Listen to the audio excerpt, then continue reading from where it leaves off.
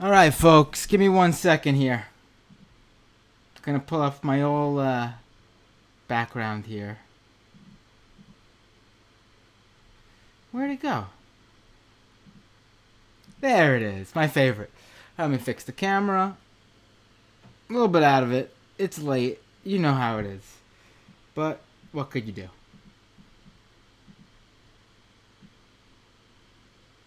There we go. All right.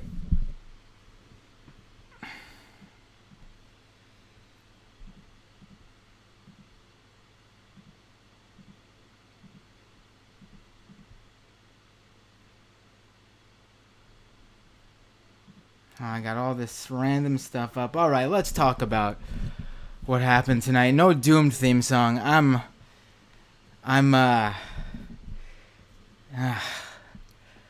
all right.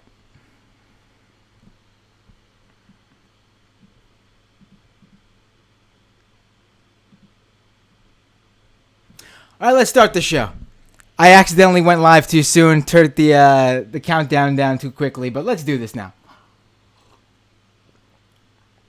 So, I know it was not a good night. I know everyone is upset. I know everyone is feeling like they are down in the dumps. You know, it didn't go how everyone had planned. You know, just a few weeks ago, Bernie was looking like he was about to just completely run away with it. And I gotta tell you, I never fell for that. It was not saying you guys fell for it. I'm just saying I never felt like that was gonna happen. The idea of Sanders running away with all of California delegates seemed like a fantasy to me. Even when it was looking good for Bernie, it just didn't seem like it was gonna happen.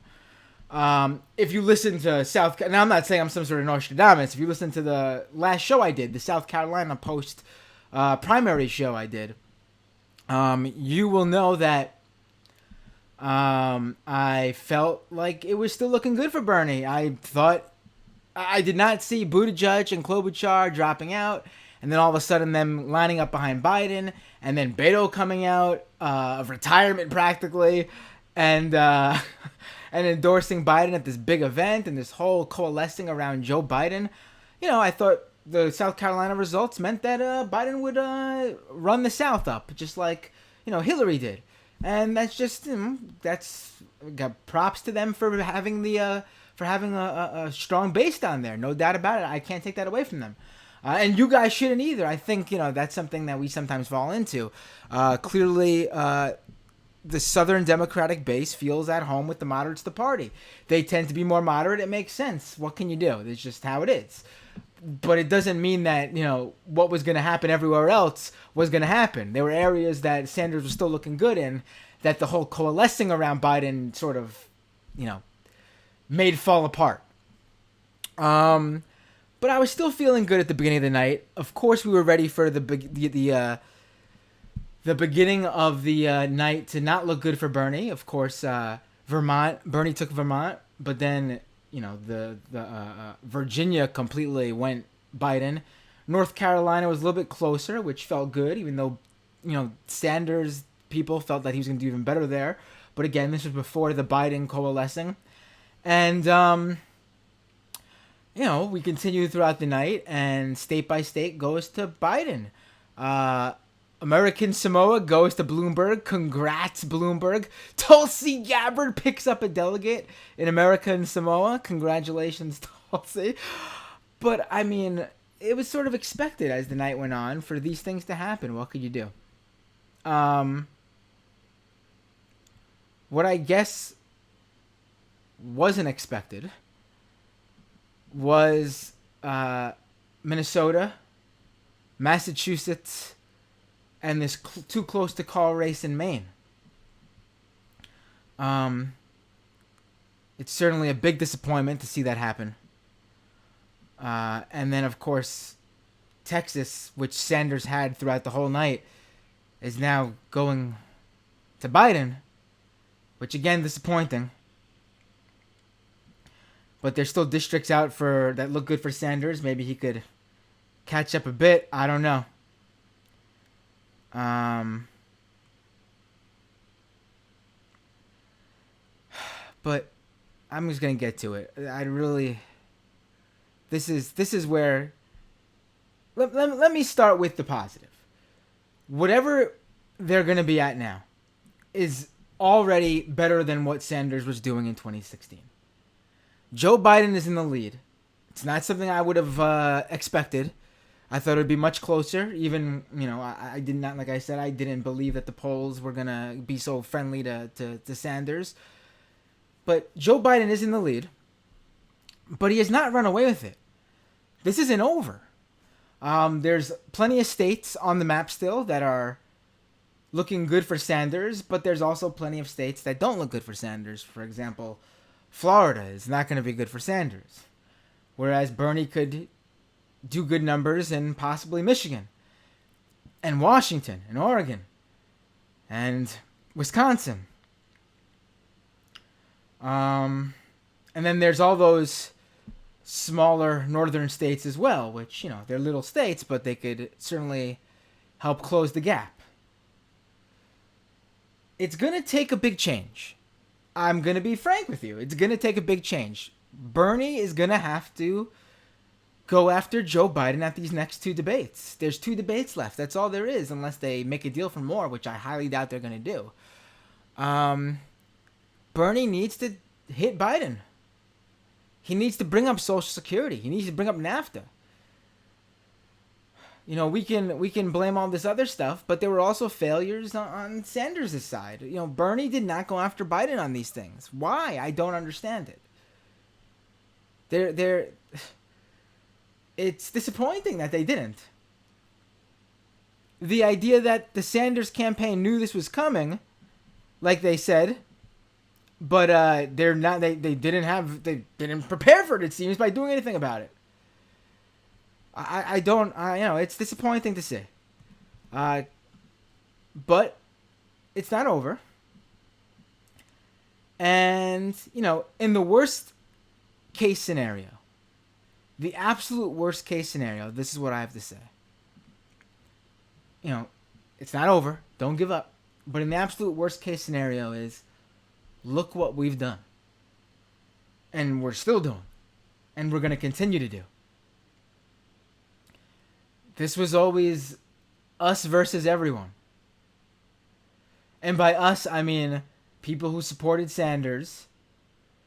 And then all the establishment, everyone within the Democratic Party who were moderates and centrists and blue dogs, which is, a huge portion of the party. It's the majority of the party. All the media. Look at the narrative difference between when Sanders was winning and then when Joe Biden won. Again, this is not an attack on the people who are voting for Joe Biden. I see that out there in terms of people saying this as an attack on the voters for but the it's clear as day that the Biden base was not for him until there was this whole coalescing around him from the establishment, until the media narrative helped change that game. The lobbyists, the fundraisers, they're all lining up now.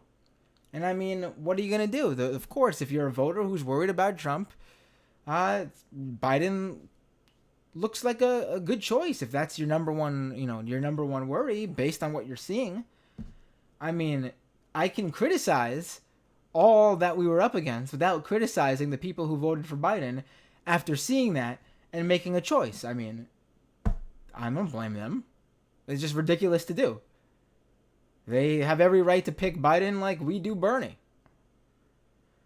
But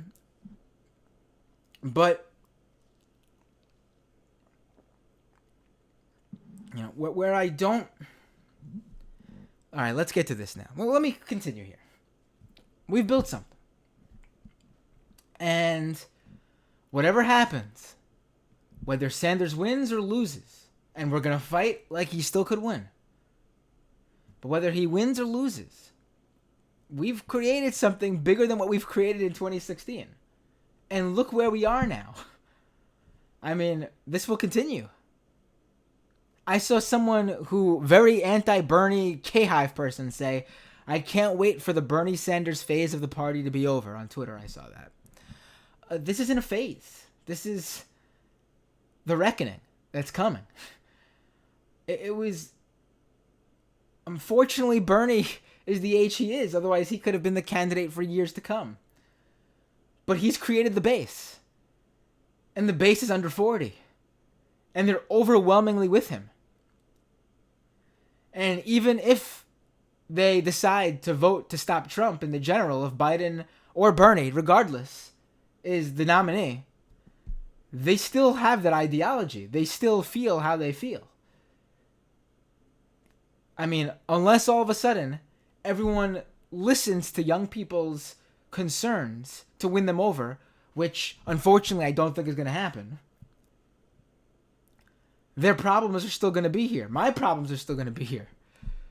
We are living in a world that has said that we will live in worse conditions, in less prosperity than our parents, than our grandparents. We're the first generation to experience that. Gen Z, millennials, the younger half of Gen X, I guess. It's not going anywhere.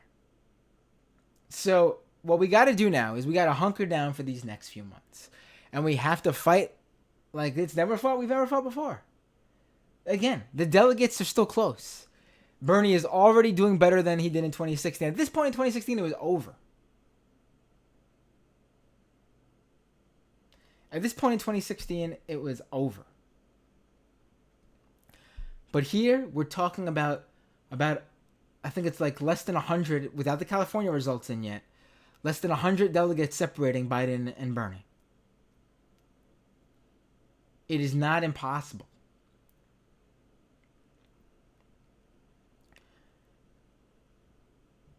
And regardless of what happens, we continue. Even if you decide that you want to vote against Trump in the general, that's something you can do. That's something I can do. We'll discuss that when the time comes. We'll see.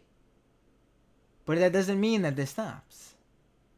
Something like 85 to 90% of Sanders supporters voted against Trump, voted for Hillary in 2016. Doesn't mean they left Sanders when they can't. Those young people came back. So we'll see how it goes. Don't give up, regardless of what happens. I'm feeling positive. No matter what we need to do is we need to start running local races, statewide races, young people from the city council, even below that, whatever local district level you can do. From below city council to mayor, to state senator, to assemblyman, woman, assembly person, to the governorship, to House representative, to Senate. We need to start bit by bit taking over the party, because clearly we are fighting an uphill battle every time we try to go straight for the presidency. Bernie has never come. There's never been someone who came closer for the left than Bernie Sanders. And maybe we could still pull it off. But regardless, if we're going to, whether Bernie wins or not, he's going to need help down ballot. And that's where we start showing our muscle. That's where we can focus on our local communities, on our local districts, local level, and we can do it. I keep saying this on Twitter. It's never been closer within our reach. It's never been closer within our reach.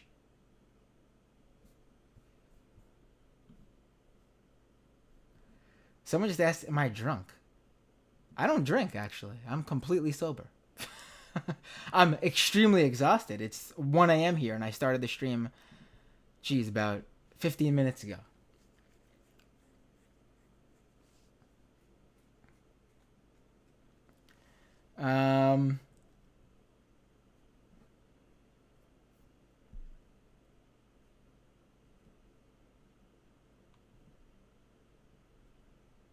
So let's talk. This is the part where I'm gonna get upset. All this positivity, and this is where I'm gonna get upset. Um,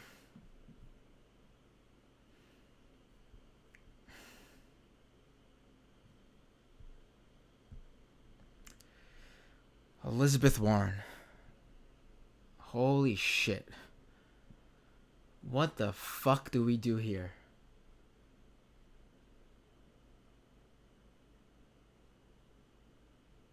I mean, really, what happened?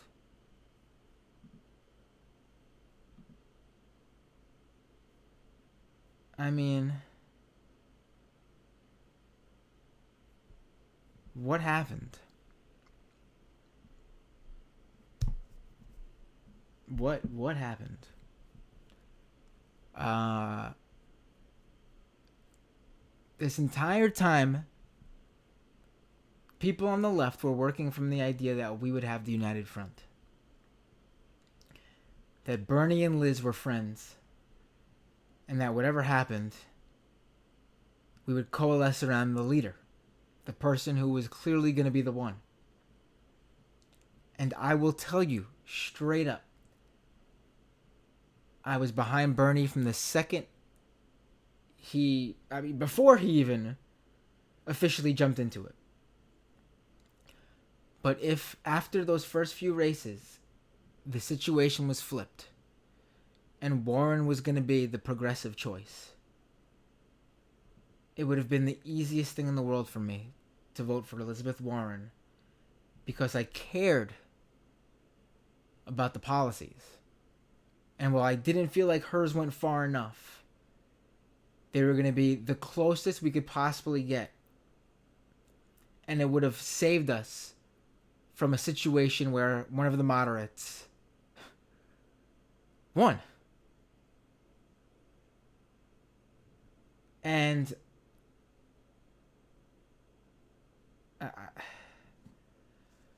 I don't understand what is going on here. I truthfully don't get what's happening.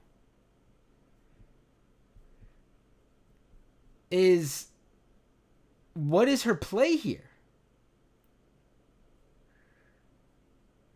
Is it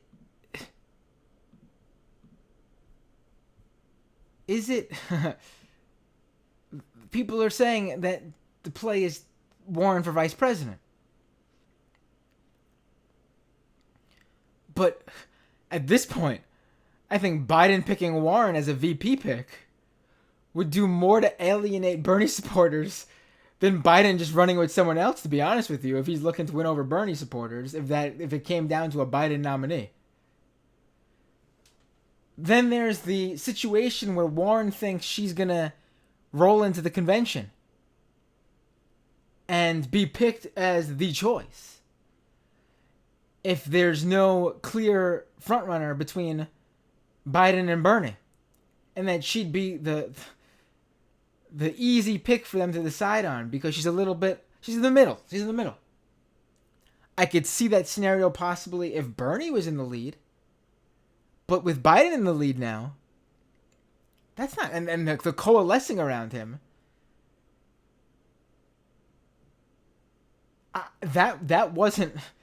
that's never going to happen.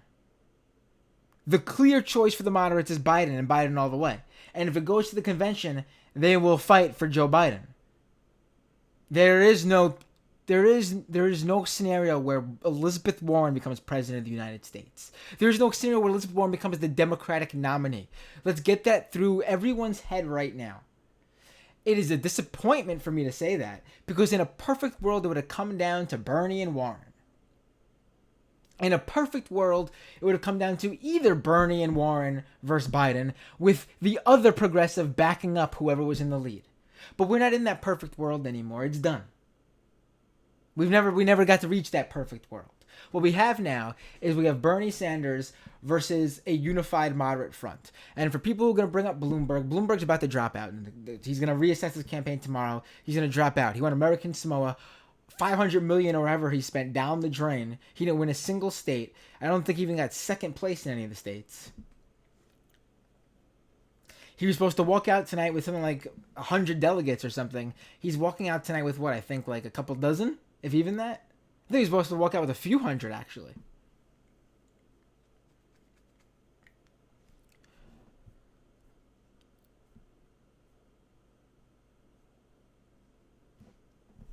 And I mean, what happened? I don't get it. I don't get what happened. I mean, it's I didn't tweet snake emojis at Warren. I wasn't even about her drop. Listen, after Iowa, I was like, yeah, it's not there for Warren, but I understand why she wants to stick with it. We're going to New Hampshire next. Maybe she feels like she'll do really good in her neighboring state. So we go to New Hampshire after she loses. She gets third place in Iowa. We go to New Hampshire. She loses to two Midwesterners. Bernie, Buttigieg. She gets Bernie, Buttigieg, then Klobuchar over Warren. Klobuchar, who Warren has talked up in all the debates. So she basically shot herself in the foot by talking up Klobuchar. Basically, all of her educated, college educated white women base moved over to Klobuchar in New Hampshire, instead of going after Klobuchar and saying how they're different.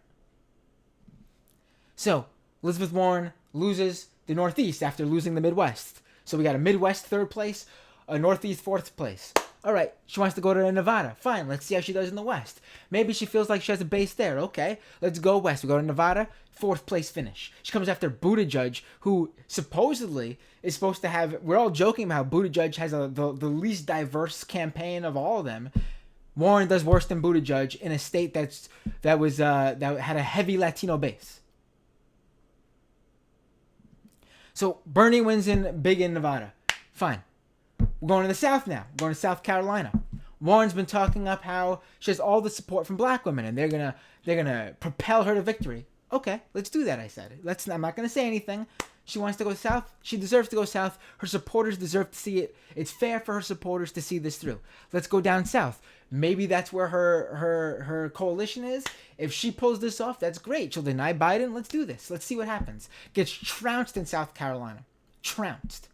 What was she? Fourth place in South Carolina? It was Biden, Bernie. Did Buttigieg do better in South Carolina than Warren? Because if that's the case, the joke, the entire primary, was Buttigieg's 2% or less black support throughout the entire country.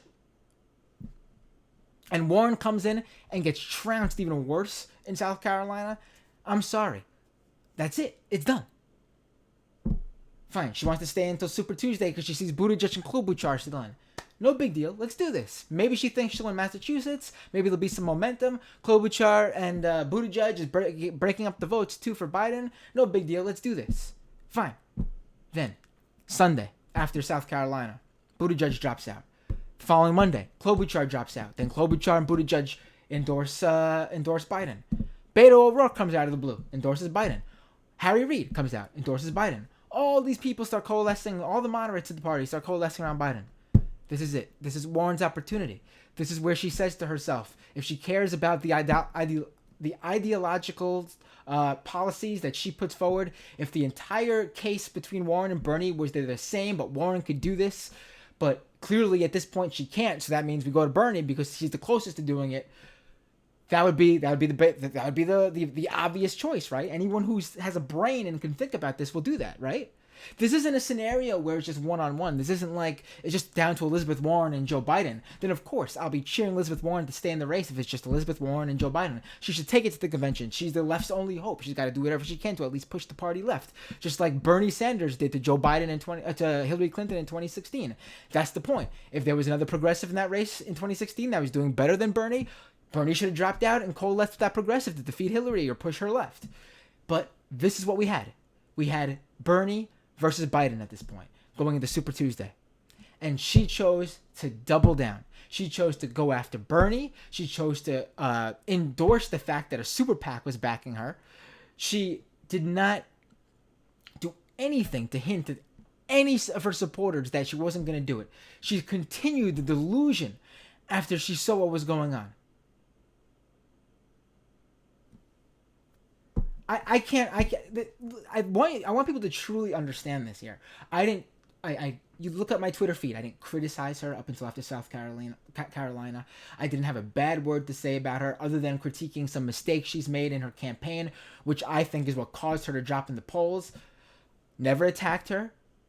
Never, no personal attacks, no calling her what. It was literally based on strategic flubs and policies that I felt like she could have pushed further left, and that was all it was, critique. It wasn't destroying her for it. It wasn't knocking her so hard. It was basically saying, this is why I support Bernie over Elizabeth right now and at this point in the juncture. But if it was the other way around, it would have been so fucking easy for me to support her. I swear to you, I would have pulled that lever for her so quick if it was her up against Biden. It would have been the easiest thing in the world for me. But now we're here.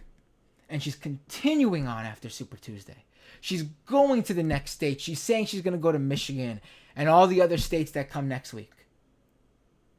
There is no scenario where she wins. There's no scenario where she takes it at the convention. The only thing she did tonight at Super Tuesday was come in third in her own home state. Lose Oklahoma. I believe she got third or fourth there where she was born. And she denied Bernie Sanders of victories in Maine, of victories in Massachusetts, of victories. It's looking like she's denying him of a victory in Texas.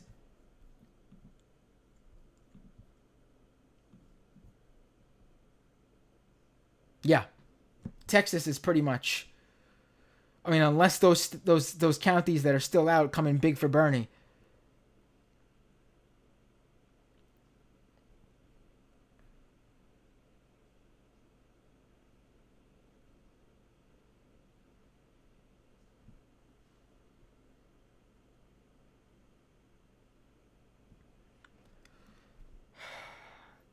She destroyed it.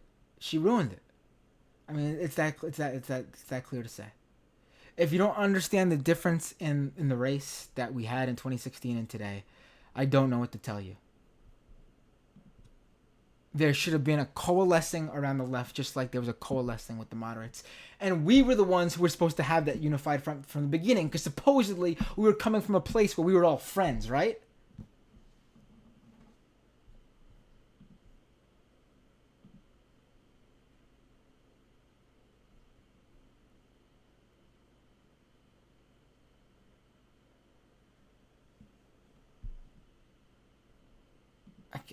I honestly, we were fooled, man. We were fooled. If this was always the play, then we were fucking duped, man. And usually, I see a grift. You guys who follow the podcast, who follow Doomed, I haven't even done any plugs today. You guys know that I'm on the right wing grifts. But if the Warren plan was always the plan, then I fell for it. It's that simple. Because I trusted her. I thought it was a good thing that we had Warren and Bernie both in the race. We had a failsafe either way. We had a backup plan. Whether Warren or Bernie were in the lead, we had a backup plan.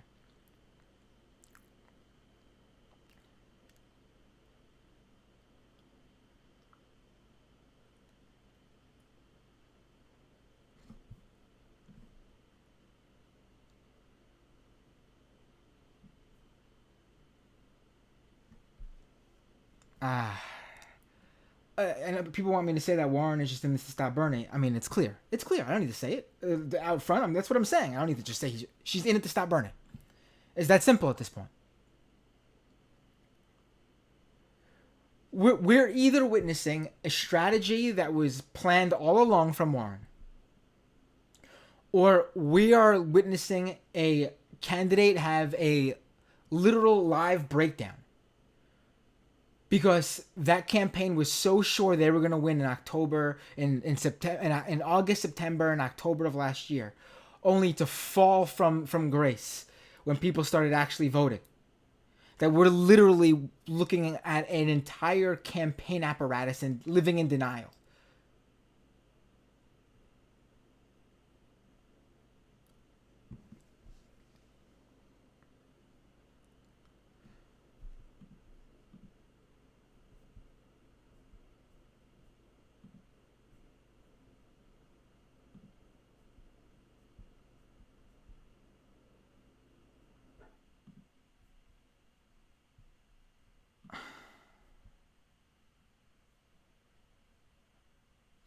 She could have been. She could have. She. What do we do about Warren? What do we do about Warren? Because listen, I'm talking positively about the race going forward.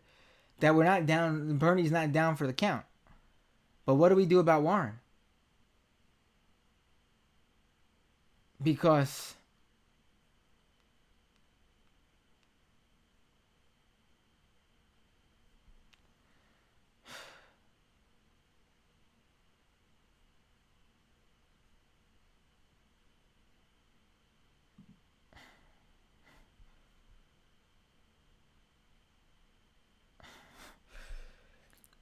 Because if she stays in, she will be she'll be taking votes from Sanders. It's that simple at this point. And the odds of us mounting this comeback get even harder.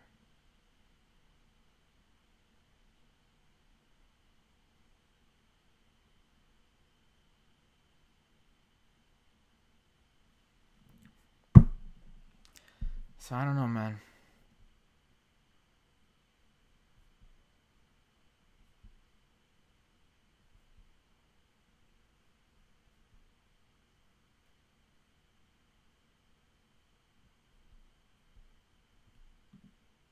I don't know what we do about this. I mean, Warren has basically ruined herself with the left. I mean, it's done for her with the left. I don't know where she lies now. I don't know what her Senate career looks like. I don't know what she advocates for. I don't know who she's going to coalesce around. I don't know what her deal is anymore.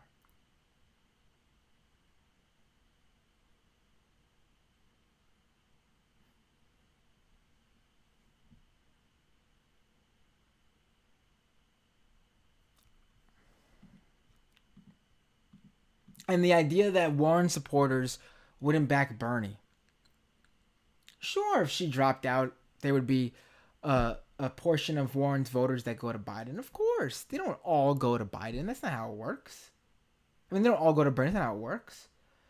But if she dropped out and gave a heartfelt endorsement and hit the trail with Bernie, a large portion of her supporters would follow. And to say otherwise means you're basically saying that her supporters trust her or are less loyal to either trust her less or are less loyal to her than the supporters of Klobuchar and Buttigieg, who basically the majority went to Biden clearly.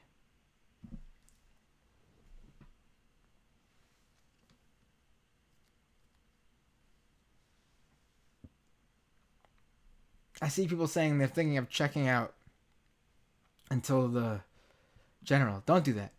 Stay in. Don't give up.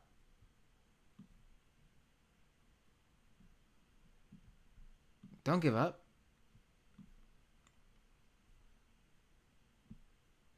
It's not over.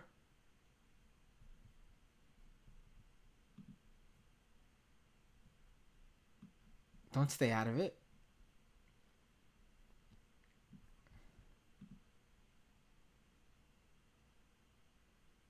I mean, Bernie's gonna run up those numbers in California, hopefully.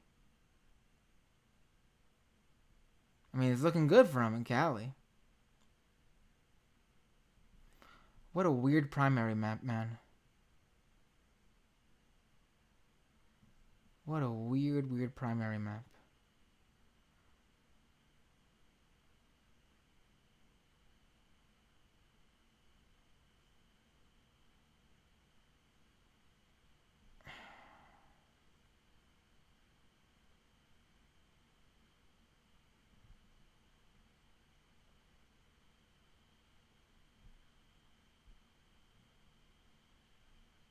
It's not over though, so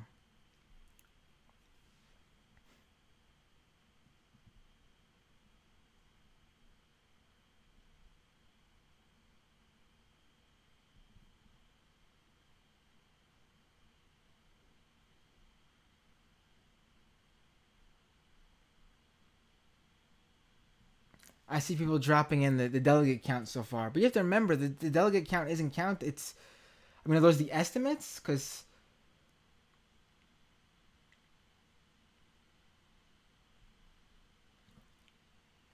I mean, I guess that the number I'm seeing is the estimates.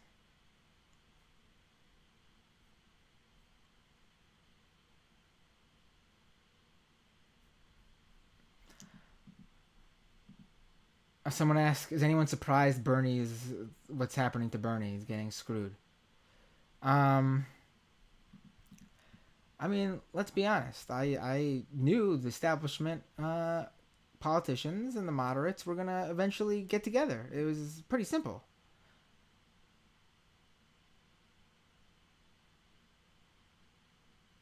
I mean, honestly, look at the media pushing this.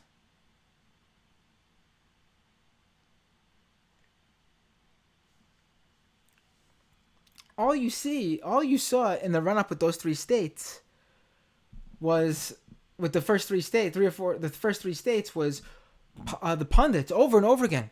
What's going on with the moderates? They need to get together and coalesce. What's going on? They were practically begging the strategy to happen, pushing pushing for it to happen.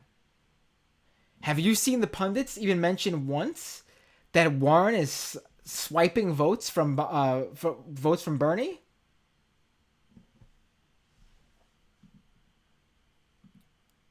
So yeah, I knew we were gonna be up against the media. I knew we were gonna be up against Biden and Buttigieg and Klobuchar, and the eventual endorsements that came from the Democratic Party.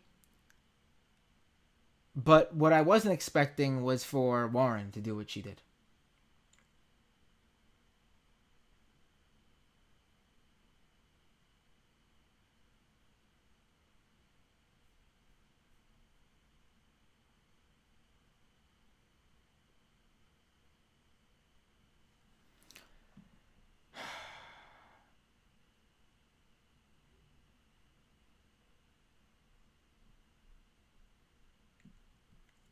And I guess we'll end with this. What is the plan from the party for young people? I mean, whether you like Hillary Clinton or not, and I'm sure a lot of people who watch this show aren't big fans of Hillary, and I'm sure there are a lot of people who watch this show who are fans or at least voted for her. I voted for her in the general election in 2016. But if you are, I mean, but Hillary Clinton, whatever you think of her, at the very least, made moves to reach out to young people.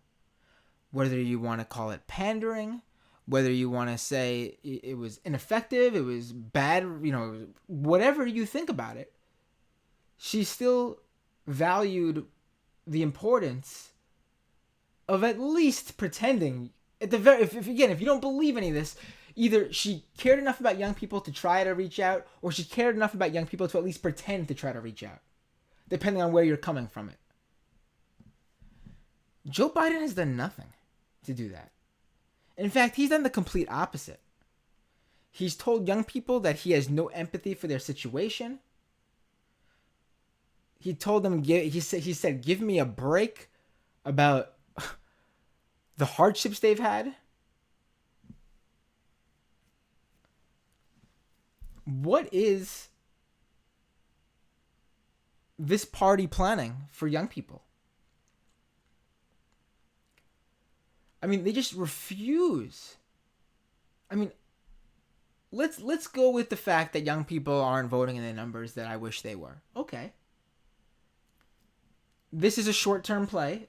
If that's the case, okay.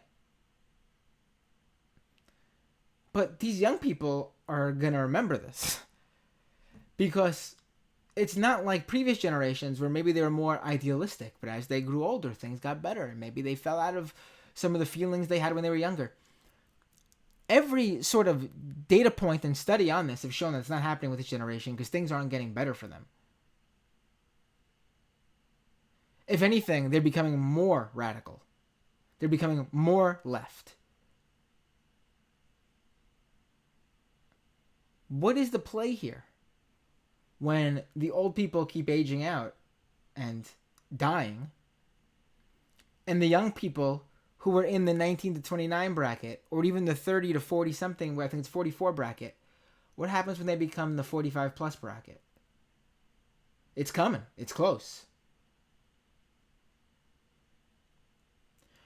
What happens when the young people who support Bernie make up the entirety of under 45? Not just how we are right now, where we have some stragglers from Gen X who are pulling that percentage Bernie wins of young people under 45 down.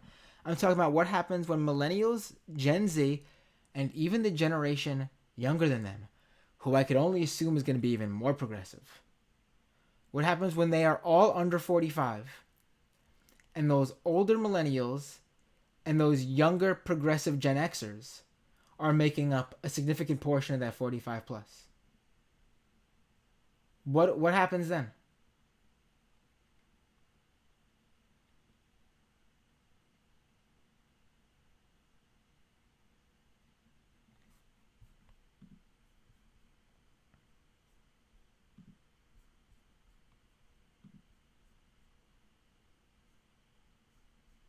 What happens then? They don't even pretend. They don't even pretend. They don't even extend the olive branch, whatever, or whatsoever. Where why isn't anyone at the very least, you know,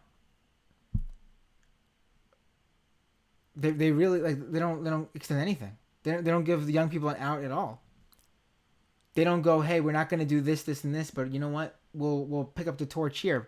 We'll look into at least changing it so you could at the very least we'll give you guys the ability to get rid of your student loans through bankruptcy, which you can't do actually. The only loan you can't uh, lose through bankruptcy. Don't even throw them a forget the olive branch. They don't give them a leaf.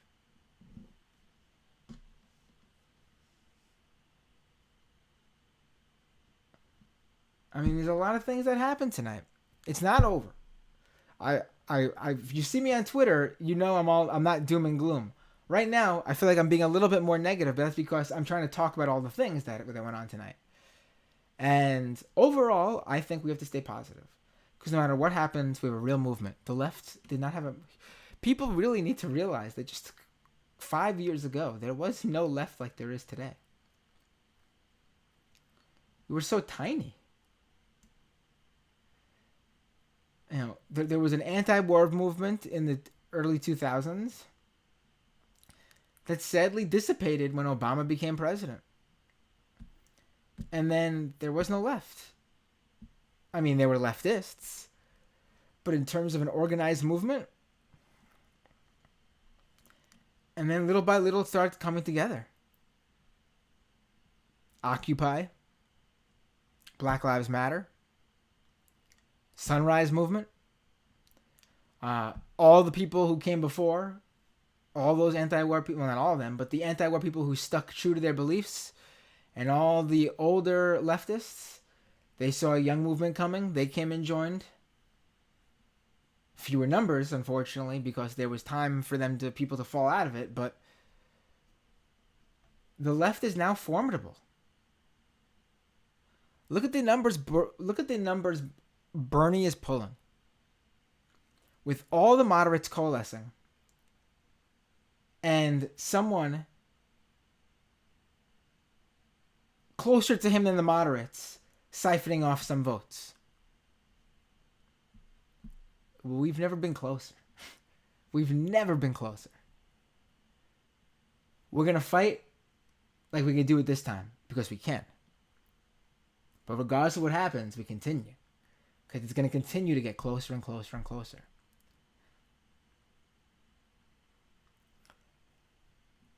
You know, I'm 33. Some of you might be older than me. Some of you might be younger than me. Some of you might have kids. I got 2 kids. By the time they are in their 20s, they're 4 years old and 9 months right now. By the time they are in their late teens, early 20s, think about where the left will be. We got a lot to look forward to with who we've got in office right now. I mean, Ilhan Omar and Rashida Tlaib are fucking warriors, man. Those two are completely like they're the best. AOC right up there with them. She tries to be a little bit friendlier and tries to hold together. You know, she's definitely on the left, but she with the rhetoric she tries to be a little bit more, you know, uh, welcoming. I guess I don't know. That's not the right word, but she's a little bit less upfront with her, her basic. Ilhan Omar and Rashida Tlaib don't give a shit. They are staunch leftists. AOC is a little bit more careful, and it's good to have someone like that, especially being that ideologically she's right there with AOC, with Rashida Tlaib and Ilhan Omar. But those two men, warriors, and then combined with AOC, excuse me, they're gonna be unstoppable.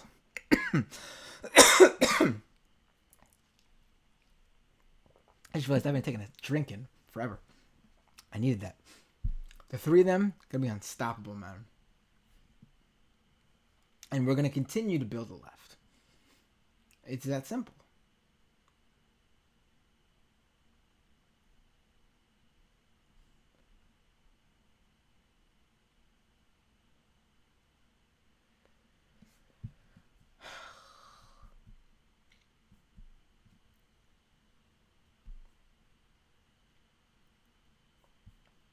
But I'm good. Gotta feel good.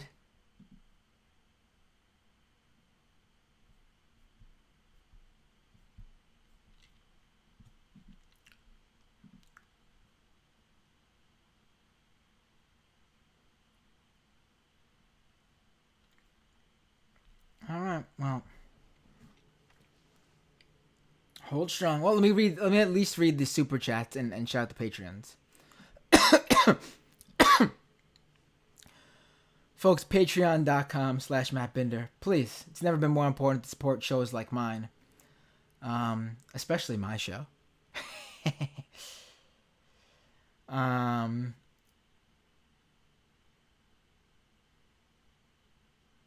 So, patreon.com/MattBinder.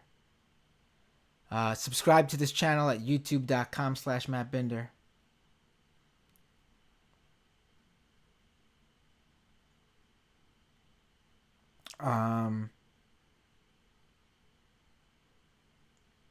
At Matt Binder on Twitter.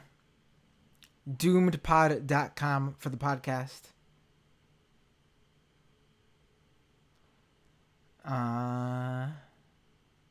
Yeah.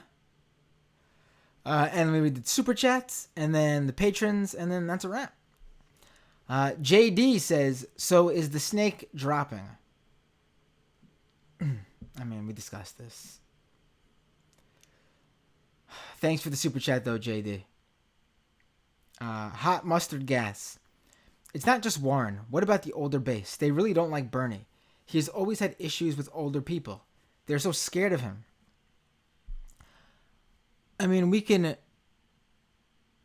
criticize the campaign till the cows come home about how they need to do more reach out, or needed to do more reach out older people.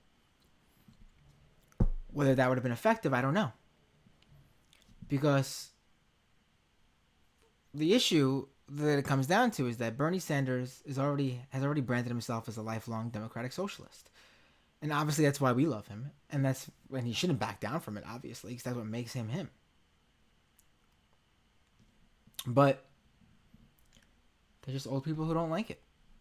They just don't like that word. They don't think he can do what he stands for. I mean, it's just a repudiation of what their kids and their grandkids are asking for. And it's unfortunate that's what it is.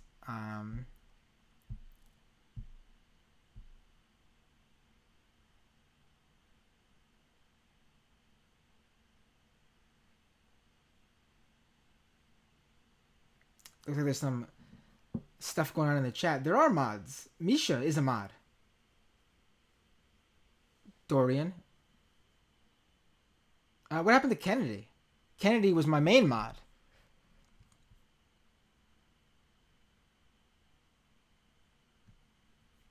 All right, and the patrons.